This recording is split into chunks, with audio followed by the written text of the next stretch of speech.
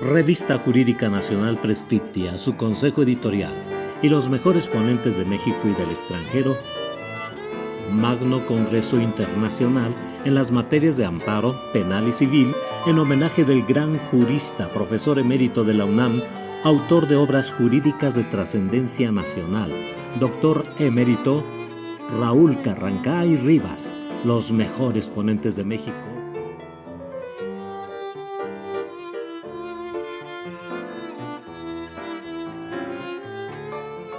En este magno evento que se hace homenaje a un gran jurista, gran jurista como es el doctor Raúl Carrancá y Rivas. Y créanme que me siento muy distinguido por la invitación porque veo pues grandes abogados y conocedores del derecho que me atrevo a decir que imponen en esta materia, como el doctor Salvador Ferrer. Hace un tiempo tuve oportunidad de tomar una clase con él, el doctor y amigo Arturo Altamirano, el mismo doctor de Alba acaba de participar. Entonces, créame que agradezco muchísimo, doctora, la participación, la invitación, y más que nada para este tema que hoy en día nos ocupa.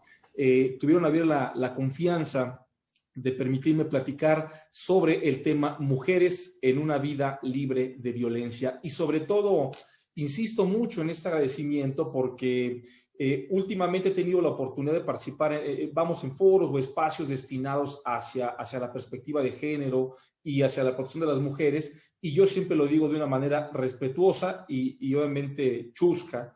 Yo digo, gracias por dar la oportunidad a los de mi especie, a los hombres, de participar en estos temas tan trascendentales, porque nos corresponden definitivamente a todos. Y sobre todo, quiero yo empezar con esta frase, ¿no? Mujer en una vida libre de violencia.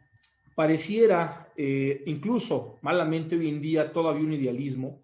Podemos verlo como una frase corta, seguramente, pero creo que en palabras tenemos y debemos mucho a que las mujeres realmente vivan en una vida libre de violencia. Y sobre todo, quiero partir un poco con realmente lo que eso significa. Porque toda esta embestida jurídica que hemos estado desarrollando con el tema de la igualdad entre hombres y mujeres, hay que tener en cuenta que esto parte obviamente de que naturalmente somos, vamos a decirlo, frente a la ley, tenemos una igualdad formal, pues yo pienso que totalmente irrestricta. De hecho, a lo largo de esta plática voy a hacer notar cómo, si bien es cierto, hace algunas décadas teníamos algunos criterios, legislaciones o interpretaciones acorde al momento histórico, claro, que llegaban a ser un poco pues misóginos o lenguaje no incluyente, pues incluso hoy en día todavía existen algunas disposiciones legales que llegan a ser pues nada empáticas con la realidad que hoy en día estamos viviendo. Parte de esto y de esta participación la quiero abocar primero a establecer cómo hemos llegado hoy en día a esta vida libre de violencia en el ámbito formal. En el ámbito formal me estoy refiriendo a las legislaciones. Recordemos que tenemos una igualdad formal y material, que es la igualdad formal en la ley y la igualdad material ante la ley, que esto aquí viene lo más importante, y eso es con lo que voy a culminar realmente gran parte de esta plática. ¿Cómo logramos realmente esa igualdad material entre nosotros? ¿Qué es lo más importante?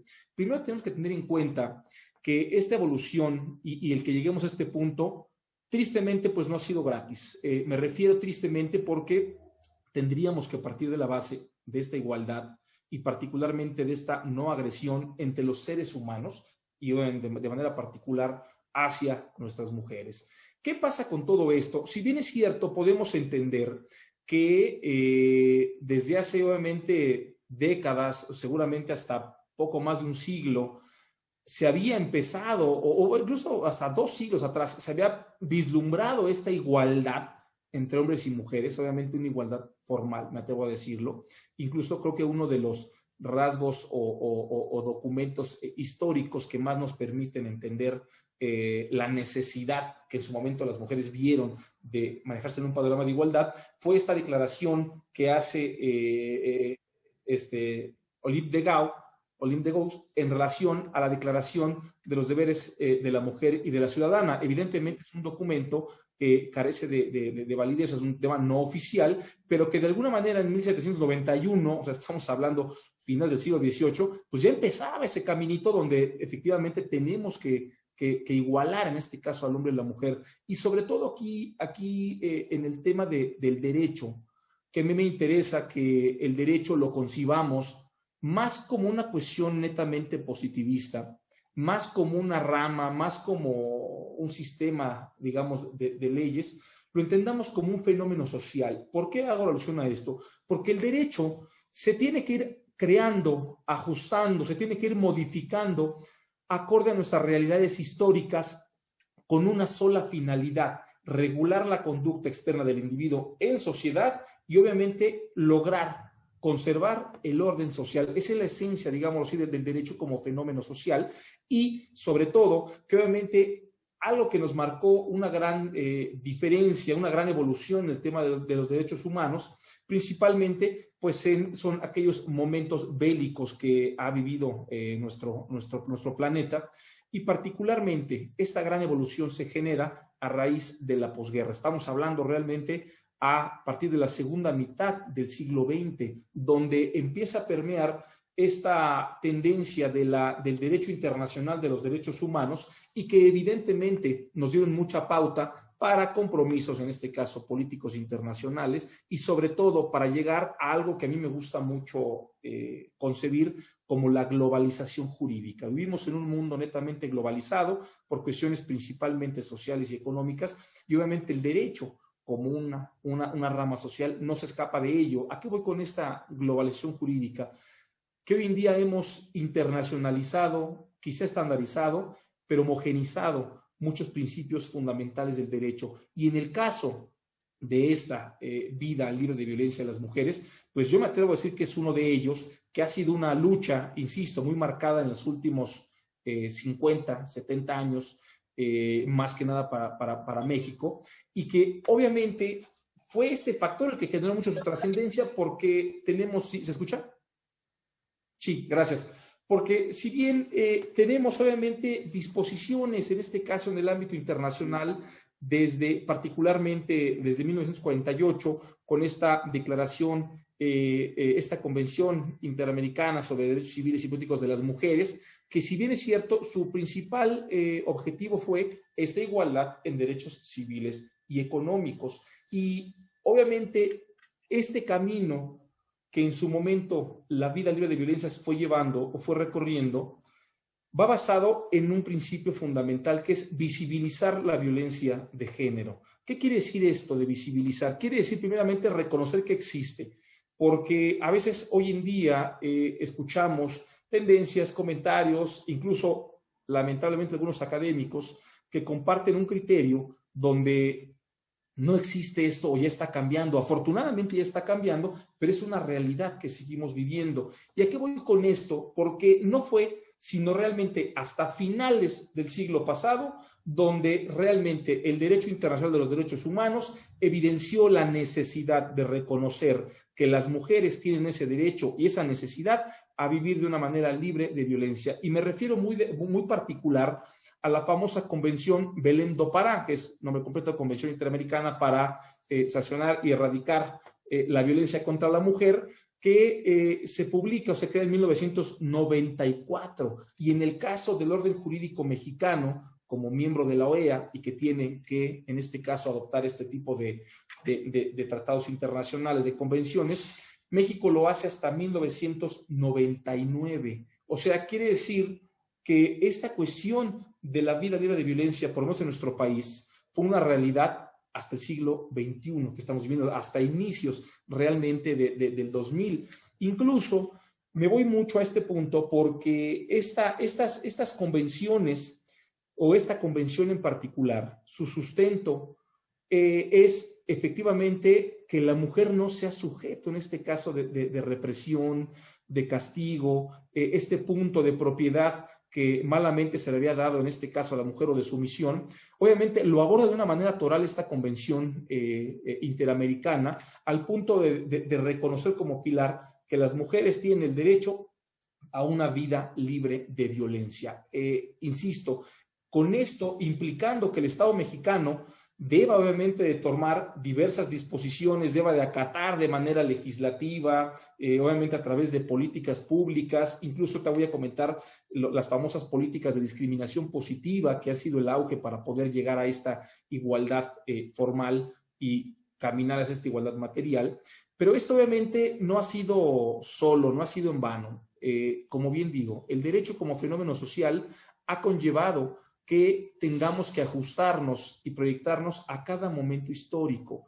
Hago esto alusión porque estaba yo justamente leyendo, con motivo de esta participación, dos tesis, obviamente, que en su momento la primera y segunda sala de la Suprema Corte hacían mención sobre, me llamó, obviamente estamos hablando de 1970s y 80s.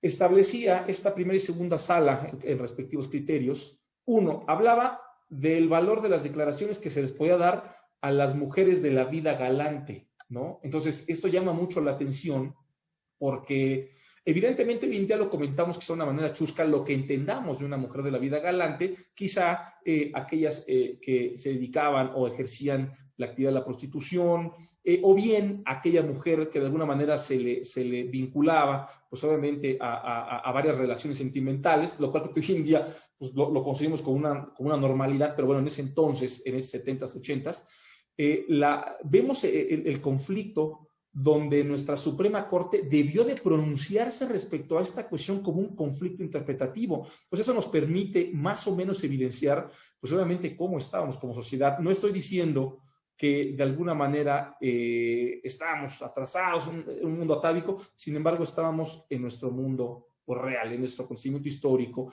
Incluso también otra tesis que sostenía sobre, para efectos del delito de violación, hacía referencia a la puridad y a la castidad, en este caso que tenía que tener una mujer, como factores o como características para que pudiera darse este evento delictivo, que pudiera configurarse este tipo penal, lo cual vemos que obviamente pues es totalmente lamentable. Pero sobre todo, bueno, esto es en los 70s y 80s. Me sorprendió mucho, y esto siempre lo comento, porque si alguien tiene la oportunidad, y lo voy a citar, lean el artículo 1679 del Código Civil de la Ciudad de México, vigente, incluso lo corroboré hasta hace unas horas antes de entrar a mi participación, y palabras más, palabras menos, hace referencia a quién puede participar o quién puede ser albacea, acorde a la legislación civil de la Ciudad de México. Nos dice que evidentemente, tiene dos párrafos, párrafo primero, quien tenga la capacidad para disponer de sus bienes, nos suena congruente, nos hace, como decimos, nos hace match, es correcto. Sin embargo, ahí nos dice que la mujer puede ser albacea sin autorización de su esposo. ¿Se fijan? Y esa es una disposición que hoy en día tenemos vigente en nuestro Código Civil de la Ciudad de México. Y vamos, evidentemente hay varias disposiciones análogas, homólogas, que de alguna manera tienen este tipo de tendencias, ¿no? Y que de alguna manera nos hacen ver que estamos en 2021 y seguimos todavía a lo mejor sin erradicar este tipo de dispositivos legales que de alguna manera pues son cero perspectiva de género, en este caso cero igualitarios y evidentemente pues claro que representan una cuestión de violencia de género. Ahí sí podemos entender violencia de género y aquí yo quiero hacer esta especificación porque desafortunadamente esta terminología se ha empleado de una manera genérica y desde mi punto de vista equivocada y comparto por qué. Porque una cosa es la violencia contra la mujer y otra cosa es el tema de violencia como tal de género, que ahí se ha confundido. Porque de alguna manera, cuando hablamos de un tema de violencia de género, en este caso contra la mujer, cuando se genera alguna afectación, restricción, limitación, menoscabo en sus derechos y libertades o en su persona, por el simple hecho de ser mujer. O sea, el hecho de que sea una persona de sexo femenino y eso nos represente que tengamos que disminuirla, menoscabarla o limitar sus derechos, ahí hablamos de que estamos en la presencia de violencia de género. ¿Se fijan? Y obviamente en razón, aquí en el caso por el simple hecho de ser mujer. Ahora, comenté estas interpretaciones que hace la primera y segunda sala, comenté este dispositivo que nos hace el Código Civil. Sin embargo, también sí debemos reconocer que en este trayecto, pese a que las cifras son complicadas, incluso tuve la oportunidad de corroborar cifras hasta, bueno, toda esta semana tuve la oportunidad, y fíjense, es algo lamentable porque acorde a la ONU, En el caso de México, estamos en 10 feminicidios diarios en nuestro país. Esto nos habla de cifras realmente alarmantes. 10 feminicidios diarios en México. Eso es realmente terrible. Nos hace ver, estas son cifras del 2020, nos hace ver que evidentemente todavía estamos en la construcción de esa vida libre de violencia, y hago mucho énfasis en lo que sí se ha logrado en el ámbito legislativo, porque sí hemos tenido evoluciones, hemos tenido avances, de manera particular a raíz de esta creación de la Ley General de las Mujeres una Vida Libre de Violencia, que es publicada en el año de 2007, en el 2007 en nuestro país, es una legislación que tiene 14 años. A raíz de ello, sí se empezó a generar obviamente una buena revolución en este ámbito de la violencia de género, violencia contra las mujeres. Particularmente, esto empezó a dar pauta y a permear posteriormente legislaciones con la creación del tipo penal de feminicidio, que de alguna manera mucho tiempo se manejó como un homicidio agravado por los medios empleados, pero crea el tipo penal de feminicidio. Muy recientemente tenemos en la Ley General de delitos en materia de delitos electorales, tenemos la violencia política por razón de género, que las famosas Juanitas que le llamaban, ¿no? O muchas veces cuando se ocupaba realmente la necesidad del espacio de género o la paridad de género para efecto de ocupar ciertos curules, ocupar cargos de elección popular, y que al fin y al cabo se obligaba a las mujeres a renunciar o a que no ejercieran esos derechos. Vamos, han sido ciertas evoluciones. Por ejemplo, también este punto de internacionalizar la propia trata de personas. Hoy en día tenemos una ley general emanada del Protocolo de Palermo, que de alguna manera tiene un dispositivo donde protege a las mujeres de una manera exagerada y obviamente muy adecuada, porque establece que el hecho de que la mujer otorgue su consentimiento no se va a considerar una causa de inculpabilidad. O sea, hay que entender esta situación, que de alguna manera la propia ley va más allá incluso de la voluntad, en este caso de nuestras mujeres, o que pueda ser obviamente su voluntad maniatada, a modo de que no sea una justificación, y las protege.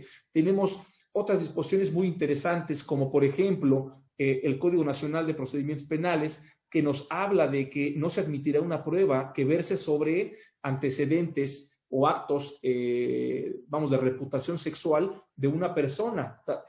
Aún en este tema, donde a lo mejor podríamos conflictarnos con el derecho de defensa, pues la ley es muy clara. Si quieres hablar de cuestiones anteriores o posteriores de conducta sexual de la víctima en relación al hecho que estás investigando, no lo puedes emplear. Es una prueba que al fin y al cabo no se puede utilizar.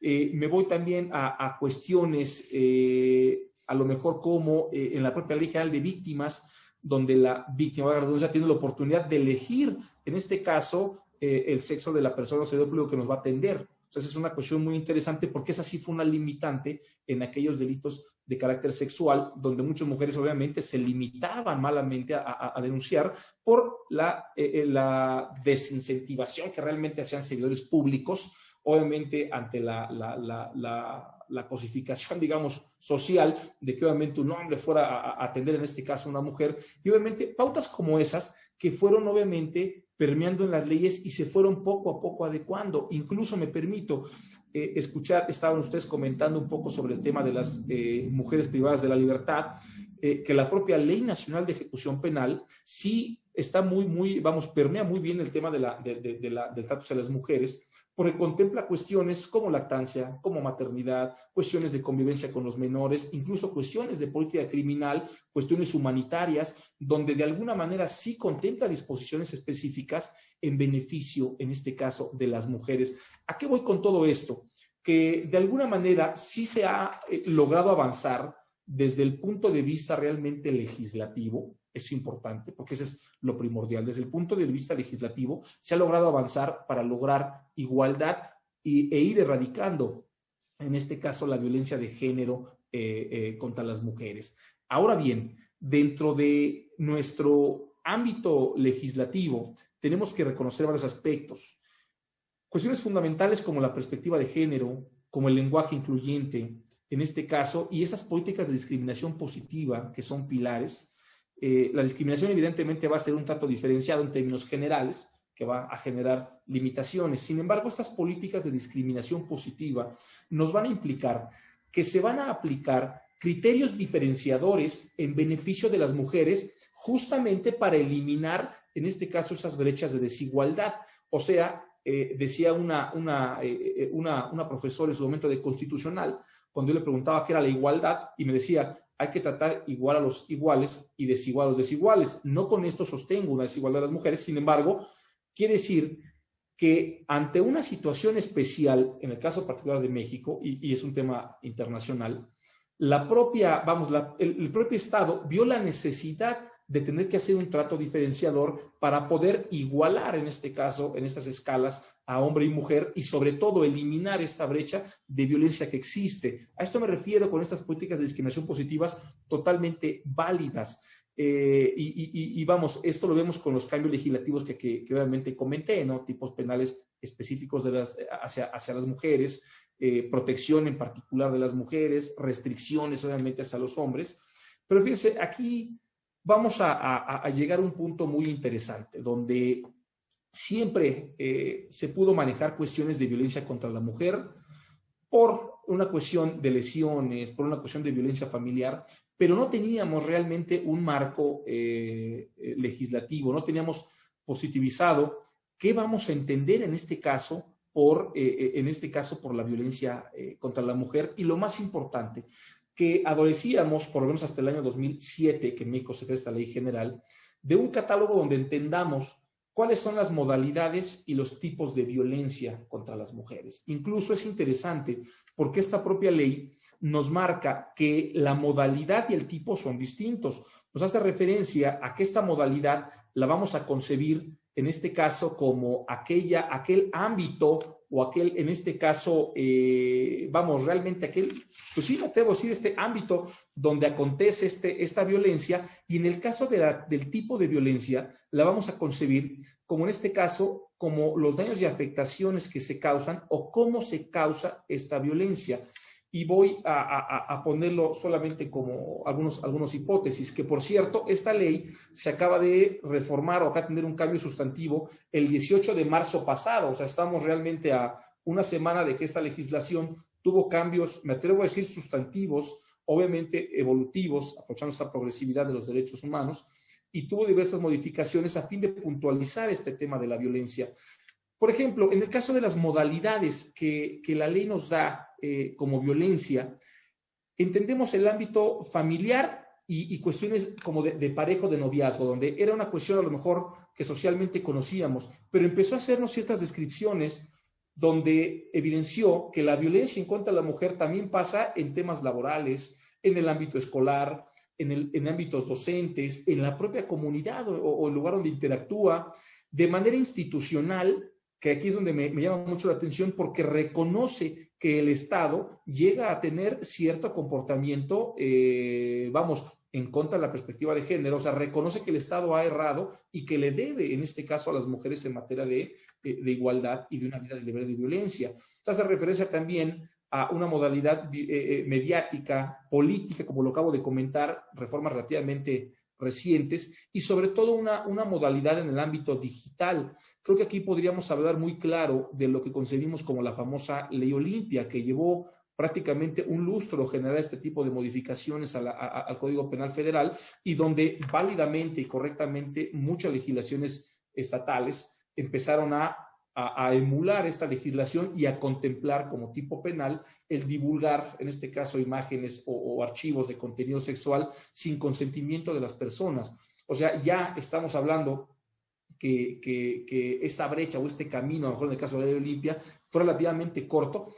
5 años tuvieron que pasar para que se reconociera y se hiciera algo en este caso, pero sobre todo algo muy importante, que esta propia ley nos establece todas estas modalidades estos lugares o ámbitos donde puede ocurrir, en este caso, esta violencia contra las mujeres. Ya no se limita nada más a cuestiones del esposo, a cuestiones de la pareja, ámbitos de relación, no. Y sobre todo algo muy, muy padre de esta ley es que es enfática en los tipos de violencia que pueden existir. ¿Qué genera esto? Genera que haya certeza, principalmente para las mujeres, y obviamente ante cualquier procedimiento, genera una cuestión de seguridad jurídica al empezar a definir que los tipos de violencia, esto es, los daños o afectaciones que se hacen con las personas, pueden ser de manera psicológica o afectaciones psicológicas, físicas, patrimoniales, económicas, sociales, en este caso de derechos reproductivos, obstétricos, simbólicos y obviamente feminicidas, que es lo que pretende evitar esta ley. Aquí algo muy importante en relación a este tema de la vida libre de violencia, porque si bien es cierto, esta legislación visibiliza la violencia, la reconoce, la admite, que es algo muy importante y es un choque muy fuerte que tiene nuevamente la sociedad y que hoy en día válidamente vemos, donde hay esta confronta social. Primero lo reconoce, lo visibiliza y ve la manera de prevenir esta violencia contra las mujeres. Esta legislación fue muy interesante desde el 2007 porque obligó a las entidades, en este caso a las 32, a generar sus legislaciones estatales en materia de acceso a la justicia y absolutamente todas lo hicieron. Por ahí hay entidades que lo hicieron hasta 2018, 2017, lo cual ya es un poquito grave, tardaron casi una década. Pero es interesante porque esta propia ley establece como algo fundamental reconocer, insisto, pero sobre todo prevenir y ver qué se hace cuando hay una situación de violencia contra las mujeres. Y aquí es donde me interesa a mí hacer mucho énfasis, porque también fue parte de las modificaciones que tuvo esta legislación la semana pasada, el 18 de marzo, con esas famosas órdenes o medidas de protección. Esto es muy interesante porque, vamos, yo me atrevo a decir que desde antes de que entrara en vigor el sistema de justicia penal acusatorio, los códigos de procedimientos penales, las legislaciones civiles o procesales civiles contemplaban ya estas medidas de protección, les estableció un carácter emergente, prioritario, a fin de que se hiciera cesar la violencia que se cometía contra las mujeres. Sin embargo, me atrevo a decir que la tramitación, que ahí era donde se hacía un poco complicado, realmente orillaba a que en algunos casos no se podían hacer efectivas estas medidas de protección, o bien pues habían personas que perdían el interés insisto, se desincentivaban ante ver la complejidad que demandaba el poder ejercer este tipo de acciones. Y esta legislación vino a traer el flexibilizar y generar condiciones de accesibilidad a estas medidas estas medidas de protección. Concretamente, estas medidas de protección representan dos aspectos fundamentales. Primero, prevenir. Ahora bien, si ya no se pudo prevenir y estamos en una situación de violencia contra la mujer, bueno, evita y haz cesar los efectos y evita que se llegue a lo peor. ¿Qué es lo peor? Que se cese y se prive de la vida a una mujer, que se llegue a una cuestión feminicida. Entonces, ese es el objetivo de estas medidas de protección, evitar que lleguemos a este punto. ¿De qué manera? Tristemente tuvieron que generar limitaciones válidas, por eso hablaba de estas políticas de discriminación positiva, tuvieron que generarse múltiples restricciones, en este caso al agresor, principalmente, desafortunadamente, un hombre que generaba violencia contra la mujer y sobre todo generó restricciones en su ámbito de ambulatorio. Incluso me atrevo a decir en recursos quizás económicos, en recursos electrónicos, o sea, tecnológicos, y lo más importante, que viene a otorgarle realmente una capacidad, en este caso, de protección hacia la mujer. ¿De qué manera? A través de acciones, me atrevo a decir, casi inmediatas. ¿Por qué? Porque estas medidas de protección o esta ley general y sus legislaciones secundarias o estatales conlleva lo siguiente, que una vez que la autoridad, ahorita especifico quién funge como autoridad en estos casos, tenga conocimiento de un hecho de violencia en contra de la mujer, hasta el día 17 de marzo de este año, la ley general establecía que la autoridad debía actuar en 8 horas. En 8 horas debía expedir, a más tardar en 8 horas, debía expedir estas medidas de protección. Con este cambio que se genera la semana pasada, el 18 de marzo, reduce a la mitad del plazo. Quiere decir que las autoridades tienen 4 horas para pronunciarse y otorgar las medidas de protección en favor de una mujer sujeta o en riesgo de violencia. Ojo, digo sujeta o en riesgo de violencia. ¿Por qué? Porque este carácter preventivo establece que aún y si hay situaciones de riesgo, o sea, cuestiones que a lo mejor no están teniendo una afectación material, como muchas veces limitaba a las mujeres. ¿A qué voy con esto? Que muchas veces acudían ante la autoridad investigadora. Oiga, fíjese que me pasó esto. Oiga, pero la golpearon. No. Híjole, ¿trae alguna marca? Porque fíjese que esto pasó hace 2 semanas. A ver, ¿ya todo va a traer alguna huella? No. híjole señora, pues realmente sí se veía impedido, y sobre todo por criterios equivocados, a poder hacer algo. Muchas veces, que era lo más que hacían, las enviaban ante un juzgado cívico, donde el juez cívico pues, procuraba en la vía administrativa pues fomentar algún tipo de conciliación que no había.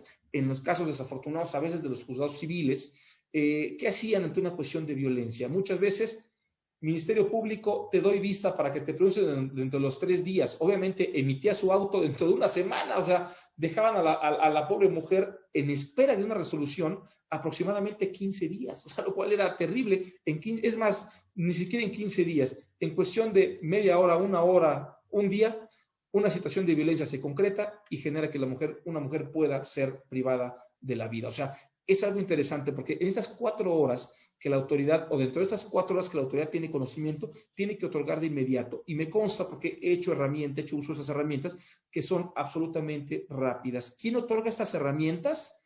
Ministerio Público y juez penal, principalmente. También los jueces civiles, o en este caso familiares, cuando hay juzgados especializados, están teniendo estas competencias para otorgarlo. Normalmente, la legislación está en estado homologando para que sea indistintamente el Ministerio Público o bien un juez de control, obviamente en materia penal, quien otorga estas medidas de protección. Ahora bien, viene lo importante, el tema de requisitos para que una mujer pueda acceder a estas medidas de protección. Aquí es algo genial porque estos criterios que han permitido proteger a la mujer conllevaron a que se establezcan requisitos mínimos, requisitos meramente formales, donde le dicen, mujer, dime qué te pasó y quién te agredió. Así de sencillo. Y obviamente, pues, datos de identificación para poder comunicar de manera inmediata al, en este caso, agresor, que debe cesar, en este caso, los efectos de la violencia. Aquí viene algo interesante porque entre las diversas medidas de protección que una mujer puede solicitar y que la autoridad está obligada a otorgar, se encuentran restringir, en este caso, la comunicación, a efecto de que se siga amenazando a la víctima. Prohibición expresa de intimidar, prohibición expresa de acercarse, en este caso, hacia la víctima o hacia lugares que frecuenta, prohibición de generar agresiones incluso a través de terceras personas o hacia terceras personas afines en este caso, a la víctima. Desocupación del domicilio, ahí empezamos a conflictarnos un poco con algunos posibles derechos como el de defensa, como el de garantía de audiencia, pero al fin y al cabo, esta es la esencia de dar un trato diferenciador a efecto de que esto no pase, de que no trascienda. La justificación es que esto no trascienda más. Desocupación del domicilio, requerir documentación, en este caso, permitir que la víctima regrese a su domicilio acompañada, en este caso, de autoridades, o bien que pueda recuperar, en este caso, sus cosas. Cuando hay menores de edad, entrega de documentaciones, un sinfín donde de alguna manera, legislativamente hablando, sí, de concederse o como están concediendo estas medidas, sí están generando realmente una protección hacia las mujeres con, en este caso, otorgamiento de protección policíaca y sobre todo genera que de manera inmediata se comunique al agresor de estas medidas de protección. Obviamente apercibido que en caso de incumplir, pues a efecto de un arresto o incluso incurrir en un delito.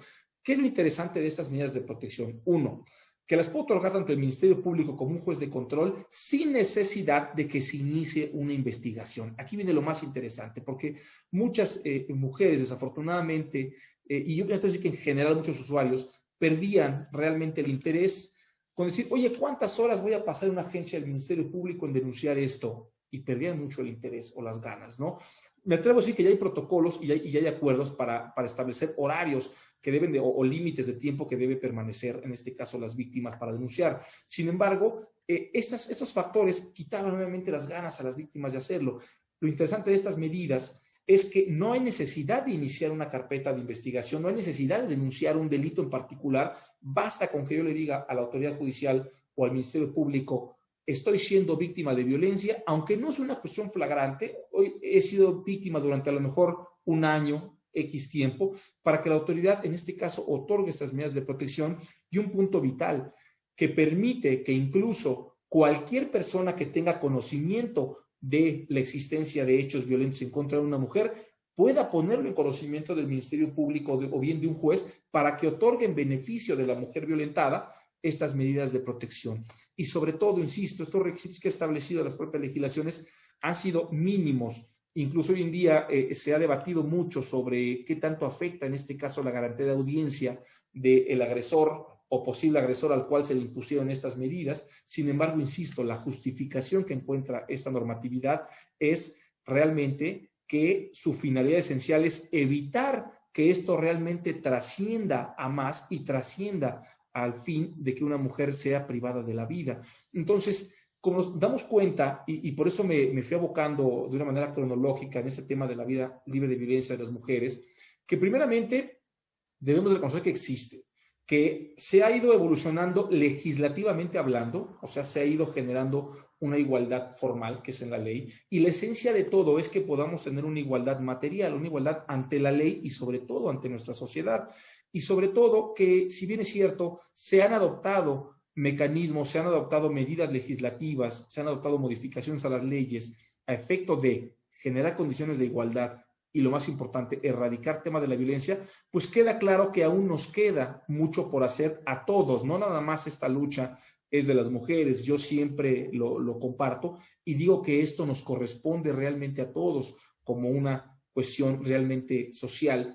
Y quise ir a este punto último de las medidas de protección, porque si bien ya explicamos lo que es la violencia, cómo ha generado antecedentes históricos, aquí lo importante es, bueno, es qué hacer ante este tema ante esta situación de violencia. Aquí hay algo importante porque estas medidas de protección, o para poder acceder a ellas, la propia legislación en esencia no nos está pidiendo pruebas. O sea, basta que se lo comuniquemos, en este caso, a las autoridades.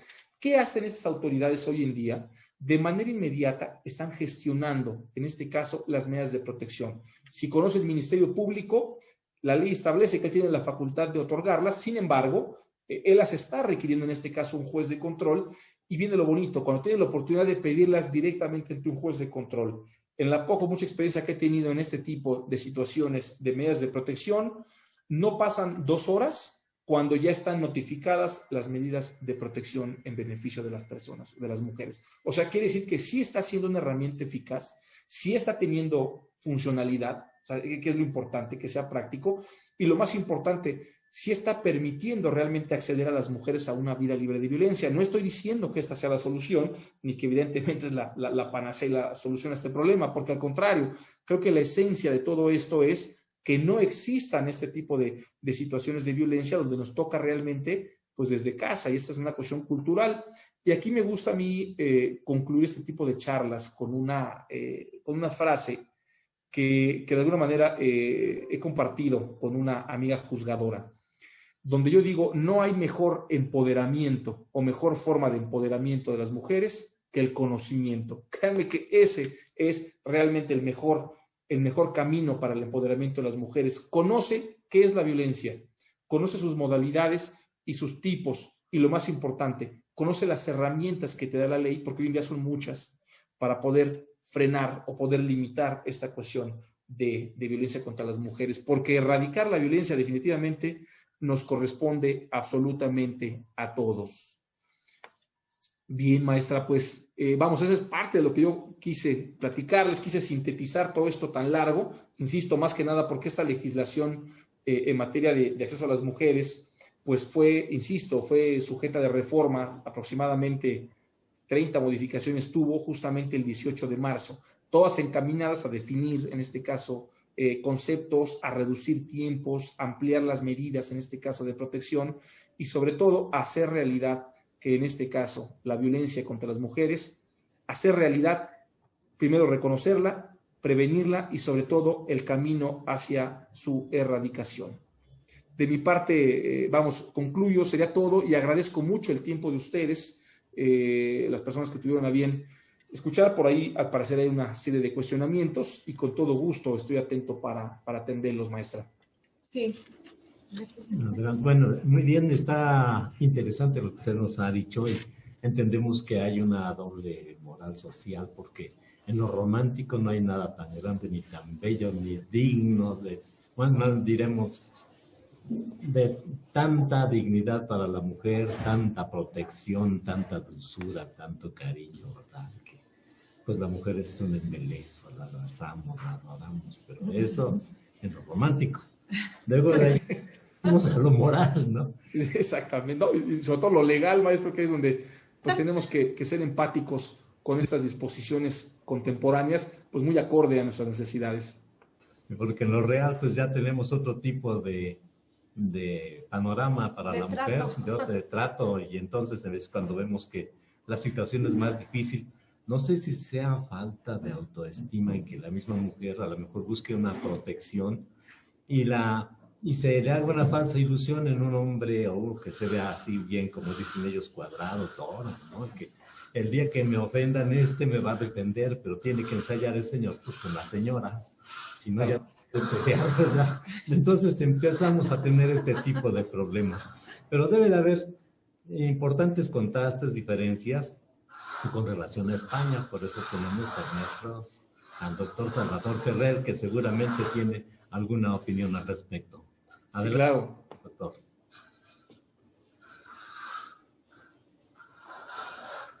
Buenas noches, doctor Francisco. Mi pregunta era la siguiente, porque le había enviado el mensaje directamente. ¿No hay en México diferencia entre violencia doméstica, que es entre hombres y hombres que conviven juntamente, y mujeres, y el elemento diferente es la violencia de género, que es el hombre y la mujer? Estamos hablando de dos parejas, hombre y hombre. Estamos hablando en el tema homosexual de la pareja, que sería violencia de género. Violencia doméstica, me va a disculpar, y violencia de género sería entre hombre y mujer, pareja o convivientes o novios, por decirlo así. Entonces, no sé si existe esa diferencia. Sí, gracias, muchas gracias, doctor. Pues fíjese que ese es un tema que realmente hoy en día está siendo, me atrevo a decir, en boga o motivo de conflicto, porque me atrevo a sostener que en el caso de las relaciones homoparentales, como se bien dice, homosexuales, o en este caso hombre-mujer, que es la acción de género, más que diferencia, no se está haciendo una regulación específica en el caso de violencia hombre-hombre, mujer con mujer.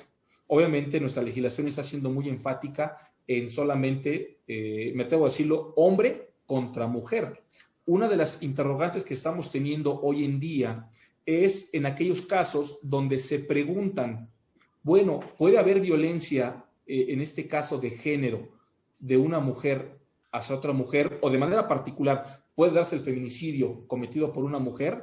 Bueno, creo que en este caso yo me atrevo a decir que la respuesta es sí, porque la violencia de género en relación a la mujer, mi perspectiva es que tiene la finalidad de agredir, en este caso, o privar de la vida a una mujer o menoscabar sus derechos por el simple hecho de ser mujer. Y creo que esa concepción la podemos tener tanto hombres como mujeres. Entonces, ahí creo que nuestra legislación sí se ha estado, no quedando corta, pero poco a poco está en evolución. Pero sí me atrevo a sostener a su respuesta, doctor, que en efecto, en el caso de esa violencia doméstica contra hombres, la ley realmente la sigue manejando de una manera general. No ha hecho ningún pronunciamiento específico en nuestra legislación mexicana, doctor. Muchas gracias. Pues interesantes respuestas. En esto, pues yo creo que todavía se va a tener que legislar mucho porque ya se están creando los matrimonios entre gente del mismo género. Entonces, habrá que ver qué características, qué perfiles va a tomar dentro de ese hogar, por dónde deben de correr y a dónde van las conveniencias, en cierta forma, o lo que se tiene que hacer dentro de este ajuste de los nuevos hogares. Claro. Aún vemos algunas diferencias. ¿Alguien más quiere tomar la palabra? Fíjense, antes de dar respuesta, me parece que el abogado Marco Polo, ahora es que es un cuestionamiento.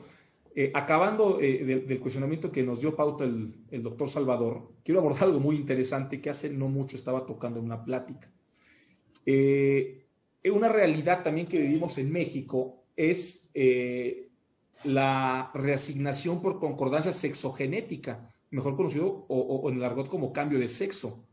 Esto es, aquí entramos con una cuestión muy interesante, porque este cambio de sexo, que es una cuestión, yo le llamo la lógica biológica, es una cuestión natural, nos va a generar un cambio de género en la sociedad. Y una vez que una autoridad, hablo del caso de México, En el caso, bueno, y otros países también que tienen legislaciones similares, una vez que la autoridad judicial reconoce este cambio civil, en este caso en el género, bueno, en el sexo, va a impactar en el género y evidentemente vamos a ser, en este caso, una persona distinta en materia de género. ¿A qué voy con esto?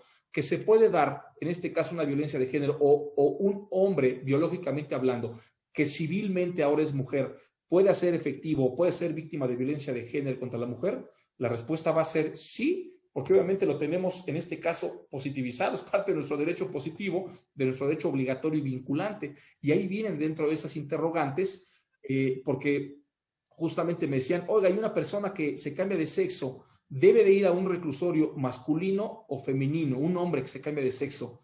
Ahí la cuestión de que la propia ley nos establece. Si ya la legislación o el Estado le reconoció, en este caso, una identidad de género distinta, va a acudir o tiene que ir a un centro de reclusión acorde a, en este caso, lo que el derecho le tiene reconocido. Concretamente, un hombre que una persona que es hombre, biológicamente hablando, y se reasigna sexogenéticamente a ser mujer, por ley tendría que ir a un penal realmente de mujeres, y eso es así, está siendo hoy en día parte de las controversias, y creo que este tipo de situaciones van a generar este contrapeso con estas tendencias.